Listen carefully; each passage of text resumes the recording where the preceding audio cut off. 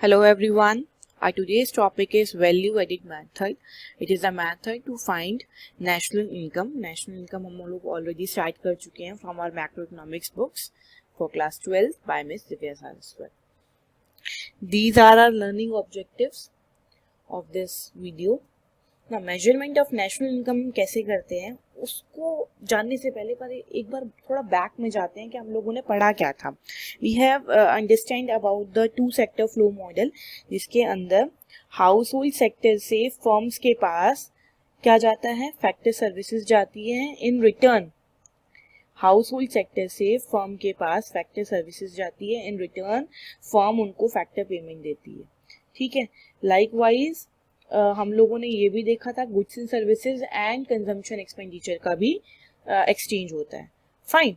Now on the basis of this only, इसी के basis पे हम लोगों ने 3 मेथड्स फाइंड कर लिए नेशनल इनकम फाइंड करने के.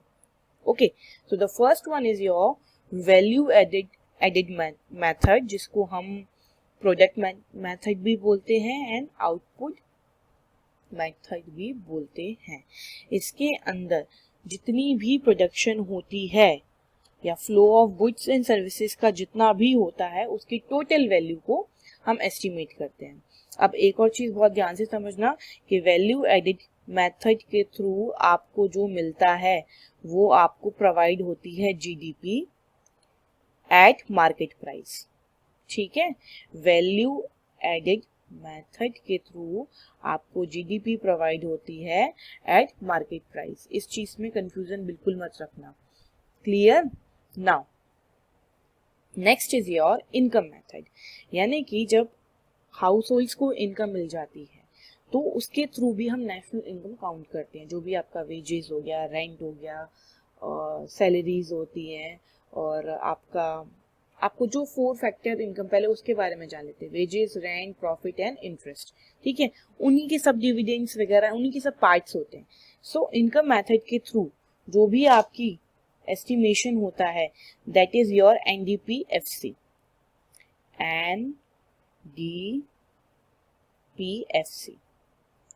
NDPFC this is your P. NDPFC. Now next one is your expenditure method. Expenditure method means जब इनकम रिसीव हो जाती है हाउस होल्ड को, आफ्टर दैट जो हाउस होल्ड होते हैं उसका एक्सपेंडिचर कैसे करते हैं, या तो कंजम्पशन एक्सपेंडिचर में करेंगे या फिर इन्वेस्टमेंट एक्सपेंडिचर में करेंगे. क्लियर. सो इसके थ्रू जो भी हम फाइंड करते हैं that is again your GDP MP. अब आप बोलेंगे ma'am this is not the way to find national income, क्योंकि ये तो नेशनल इनकम आ ही नहीं रहा है.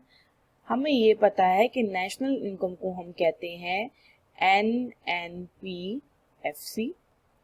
Net national product at factor cost. Clear. जब हमें ये वाले एग्रीगेट्स मिल जाते हैं तो इसके थ्रू हमें एनएनपीएफसी तक कैसे जाना है, we already learn that. Okay, so this is a way to find national income. Value added method, जिसको हम प्रोडक्ट मेथड या आउटपुट मेथड भी बोलते हैं, income method and expenditure method. Now value added method basically होता क्या है. Suppose एक टेलर ने 100 रुपीज का क्लॉथ खरीदा और उसकी एक शर्ट बना के 500 रुपीज में सोल्ड कर दी या सेल कर दी. ठीक है. अब उन्होंने क्लॉथ कितने का लिया था, 100 का, लेकिन सेल कितने में किया, 500 में. यानी कि ये आपकी टोटल वैल्यू ऑफ आउटपुट है. जो आपका आउटपुट है उसकी ये वैल्यू है, और उन्होंने इसमें वैल्यू ऐड कितनी की है, 400. This is your intermediate consumption. मैंने पहले भी बताया था वो कंजम्पशन जिसके थ्रू हम फाइनल आउटपुट रेडी करते हैं, that is your intermediate consumption. ठीक है. तो this is your intermediate consumption, this is your final output या वैल्यू ऑफ आउटपुट. अगर मैं वैल्यू ऑफ आउटपुट में से इंटरमीडिएट कंजम्पशन को माइनस कर दूं तो मुझे ये पता चल जाएगा वैल्यू ऐड कितनी हुई है. ठीक है. अब ये जीवीए क्या है, GVA is your gross value added at market price. Gross value added at market price is your value of output, यानी कि ये value of output is your 500 minus intermediate consumption. Intermediate consumption means minus intermediate consumption यानी कि 100, you will get value added. So this is in the simple word, जो भी आप value add कर रहे हो किसी भी प्रोडक्ट के आउटपुट को क्रिएट करने के लिए। नाउ वैल्यू एडेड मेथड को हम आउटपुट मेथड और प्रोडक्शन मेथड कहते हैं, हमें पता है। National income is measured as a flow of goods and services. We calculate money value of final goods and services produced in an economy during a year. ये हम लोगों ने ऑलरेडी डिस्कस कर लिया है। जो भी फाइनल गुड्स होते हैं वो गुड्स होते हैं जो डायरेक्टली कंज्यूमर के पास जाते हैं to be consumed, not for the further production. इस चीज की हम पहले बात कर चुके हैं कि कोई भी ऐसा प्रोडक्ट, सपोज ब्रेड है, अगर वो फाइनली कंज्यूम के लिए जा रही है then it is a final good, लेकिन अगर वो केक बनाने के लिए जा रही है then it is a intermediate consumption. हमारे पास ना 3 सेक्टर्स हैं, primary sector, secondary sector and tertiary sector. हम इन तीनों का GVA/MP का कैलकुलेट करते हैं, gross value added at market price, कि तीनों में कितना कितना प्रोडक्शन हुआ है।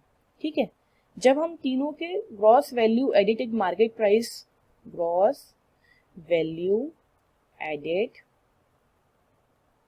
एट मार्केट प्राइस फाइंड कर लेते हैं, ठीक है, और उन तीनों को प्लस कर देते हैं यानी कि समीशन सिग्मा।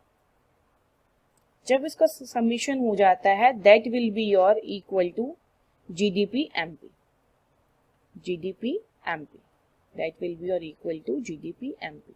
अगर मैं आप बोलो कि नहीं मैम अगर एक ही फर्म है, 3 नहीं है, हमें 3 सेक्टर गिवन ही नहीं है, हमें सिर्फ एक सेक्टर गिवन है, तो क्या ग्रॉस वैल्यू एडिट से हम GDP पे कैसे जाएंगे? इन दैट केस GVA/MP यानी कि gross value added at market price आपका इक्वल टू होगा GDP/MP के डायरेक्टली। ठीक है, लेकिन अगर आपको तीनों सेक्टर गिवन है तो तीनों सेक्टर की आप ग्रॉस वैल्यू एडेड को प्लस करोगे then you will get GDP/MP। अब जरा आते हैं फॉर्मूलेस पे।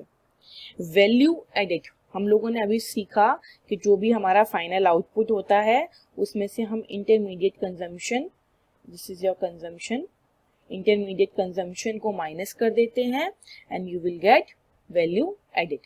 नाउ वैल्यू ऑफ आउटपुट कैसे फाइंड करोगे? वैल्यू ऑफ आउटपुट मतलब जितनी भी सेल हुई है, सपोज जितना भी हमारा मटेरियल हम लोगों ने रेडी किया वो सारा प्रोडक्शन यूनिट में निकल गया यानी कि सारा सेल हो गया, तो in that case value of output सिर्फ सेल्स होगी।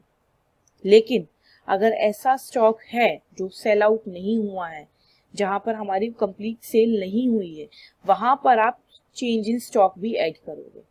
चेंज इन स्टॉक मतलब closing stock minus opening stock. Okay, so value of output is your sales plus change in stock. Change in stock हमारा 0 भी हो सकता है, लेकिन वो किस केस में 0 होगा? जब हमारी कंप्लीट सेल होगी। लेकिन अगर कंप्लीट सेल नहीं है तो वहां पर चेंज इन स्टॉक प्रेजेंट होगा। अगर मैं वैल्यू ऑफ आउटपुट की जगह ये चीज डाल दूं, sales closing stock minus opening stock, जो कि स्टॉक की वैल्यू, चेंज इन स्टॉक की वैल्यू है, तो sales plus closing stock minus opening stock minus intermediate consumption is your value added of any product. Okay, now कई questions ऐसे भी होंगे जिसमें आपको डायरेक्टली सेल्स गिवन होगा। जहां डायरेक्टली सेल्स गिवन है वहां आप कुछ और नहीं देखेंगे, बट द क्वेश्चंस जहां पर हमारी डोमेस्टिक सेल्स और एक्सपोर्ट गिवन होता है, जो भी सेल्स हम अपनी डोमेस्टिक टेरिटरी के अंदर करते हैं that is our domestic sale. Exports मतलब जो हम रेस्ट ऑफ द वर्ल्ड से हम लोग जो एक्सपोर्ट करते हैं वो भी सेल्स का पार्ट होता है। बहुत ध्यान से समझना, sale is the main thing.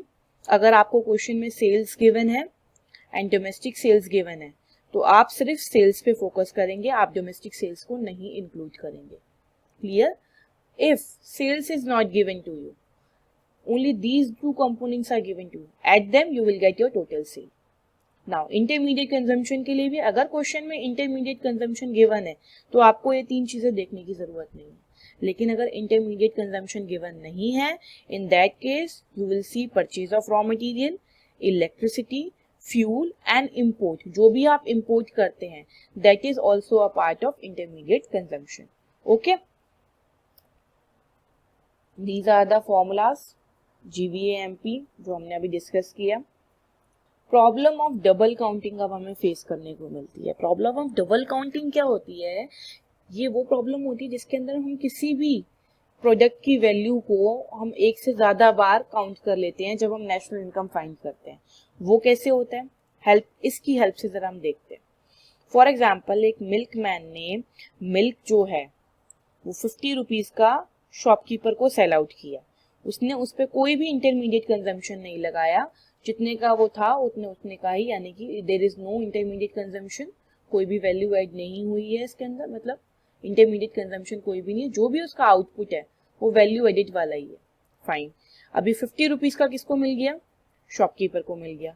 अब शॉपकीपर ने इसके अंदर 30 रुपीज की वैल्यू ऐड करके इसको पनीर बना दिया और इसको 80 रुपीज में सेल आउट कर दिया।